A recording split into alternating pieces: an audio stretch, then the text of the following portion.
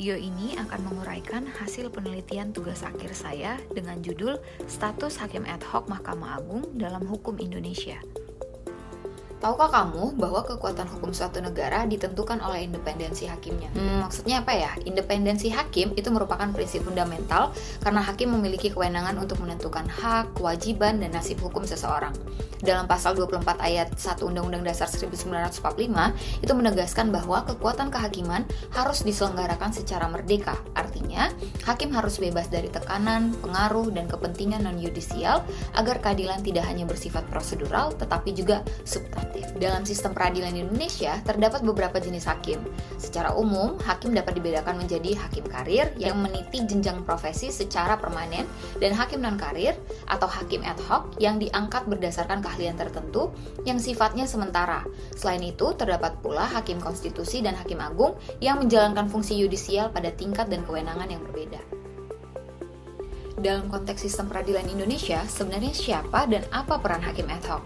Hakim ad hoc adalah hakim dengan keahlian khusus yang diangkat untuk menangani perkara tertentu di pengadilan khusus seperti pengadilan tindak pidana korupsi, pengadilan HAM, pengadilan niaga, pengadilan pajak, pengadilan perikanan, dan pengadilan perselisihan hubungan industrial.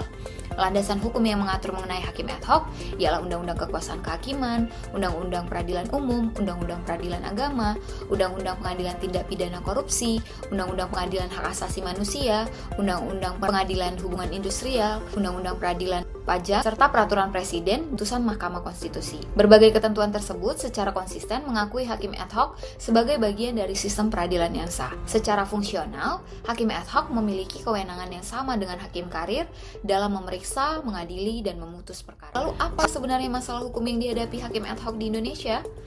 Nah, masalah utama dalam pengaturan hakim ad hoc tidak terletak pada aspek kewenangan, melainkan pada desain kelembagaan dan penegasan status hukumnya. Undang-Undang tentang Kekuasaan Kehakiman secara tegas menyatakan bahwa seluruh hakim, termasuk hakim ad hoc, merupakan pejabat negara yang menjalankan kekuasaan kehakiman. Namun, ketentuan tersebut tidak selaras dengan Undang-Undang Nomor 20 Tahun 2023 tentang Aparatur Sipil Negara, yang justru mengecualikan hakim ad hoc dari kategori pejabat negara. Ketidaksinkronan ini menimbulkan ambiguitas status hakim ad hoc yang berpotensi melemahkan jaminan independensi peradilan serta mengaburkan akuntabilitas hakim ad hoc sebagai bagian integral dari pelaksana kekuasaan kehakiman. Mengapa perbedaan status administrasi ini tidak bisa dianggap sebagai persoalan teknis semata? Itu karena independensi hakim tidak hanya berkaitan dengan kebebasan dalam memutus perkara, tetapi juga menyangkut jaminan jabatan, stabilitas posisi, dan perlindungan kelembagaan. Ketika hakim ad hoc ditempatkan dalam posisi administratif yang tidak jelas, muncul resiko subordinasi struktural yang bertentangan dengan prinsip kehakiman yang merdeka. Terus, bagaimana penelitian ini menilai independensi hakim ad hoc dari perspektif teori hukum? Penelitian ini menggunakan teori independensi hakim dari Simon Sittrit yang membagi independensi ke dalam 4 dimensi, yaitu substantive independence yang menegaskan kebebasan hakim dalam memutus perkara hanya berdasarkan hukum dan nuraninya. Kemudian, yang kedua ada personal independence berkaitan dengan jaminan masa jabatan, remunerasi, dan keamanan posisi hakim agar terbebas dari tekanan kekuasaan lain. Yang ketiga, internal independence di mana menekankan kebebasan hakim dari tekanan hierarkis di dalam tubuh peradilan sendiri. Kemudian yang keempat ada collective independence yang menuntut kemandirian lembaga peradilan secara institusional termasuk dalam pengelolaan administratif dan anggaran. Hasil dari analisis ini menunjukkan bahwa meskipun hakim ad hoc memiliki kewenangan yudisial penuh, keempat dimensi independensinya belum sepenuhnya dijamin secara kelembagaan. Kemudian, apa perbedaan perlakuan antara hakim karir dan hakim ad hoc dapat dibenarkan dalam prinsip negara hukum? Tentu perbedaan perlakuan antara hakim karir dan hakim ad hoc dapat dibenarkan karena keduanya direkrut, diangkat, dan ditempatkan melalui mekanisme yang berbeda. Namun, pengecualian hakim ad hoc dari kategori pejabat negara tidak sejalan dengan prinsip negara hukum, karena meskipun berbeda secara desain jabatan, keduanya menjalankan fungsi yudisial yang sama, sehingga jaminan independensi dan kewibawaan hakim ad hoc tidak boleh dikurangi. Nah, yang menjadi hal menarik dalam penelitian ini ialah dilakukannya perbandingan dengan negara lain, di mana negara lain justru mengatur status hakim ad hoc atau hakim ahli setara dengan hakim karir walaupun sifatnya sementara.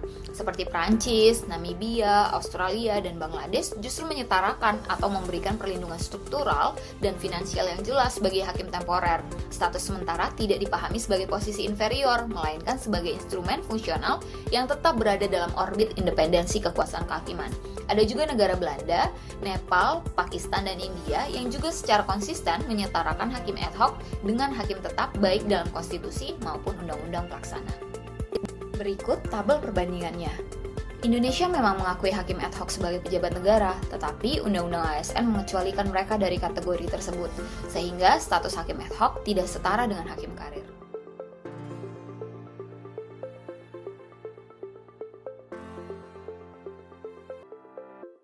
Lalu, apa implikasi konstitusionalnya jika ketidakjelasan status hakim ad hoc ini terus dibiarkan? Tentu, yang pertama ialah ketidakjelasan tersebut berpotensi melemahkan legitimasi peradilan dan konsistensi prinsip negara hukum. Yang kedua, jika pelaksana kekuasaan kehakiman tidak ditempatkan secara jelas dan setara, maka azas kepastian hukum, equality before the law, dan independensi peradilan menjadi terancam. Oleh karena itu, dalam penelitian ini, peneliti memberikan 3 rekomendasi.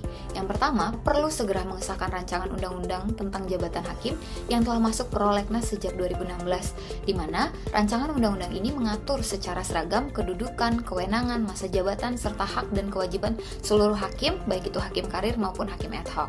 Yang kedua, harmonisasi peraturan perundang-undangan.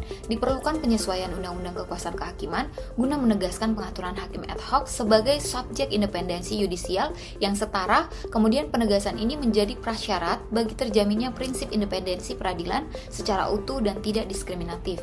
Yang ketiga, pengesahan status hak jaminan independensi hakim ad hoc. Perlu dilakukan harmonisasi seluruh peraturan pelaksana di bawah Mahkamah Agung untuk memastikan kepastian kedudukan hukum, perlindungan independensi hakim, serta menjaga kewibawaan dan konsistensi putusan peradilan. Demikian pemaparan yang bisa saya sampaikan. Terima kasih sudah menonton. Semoga bermanfaat.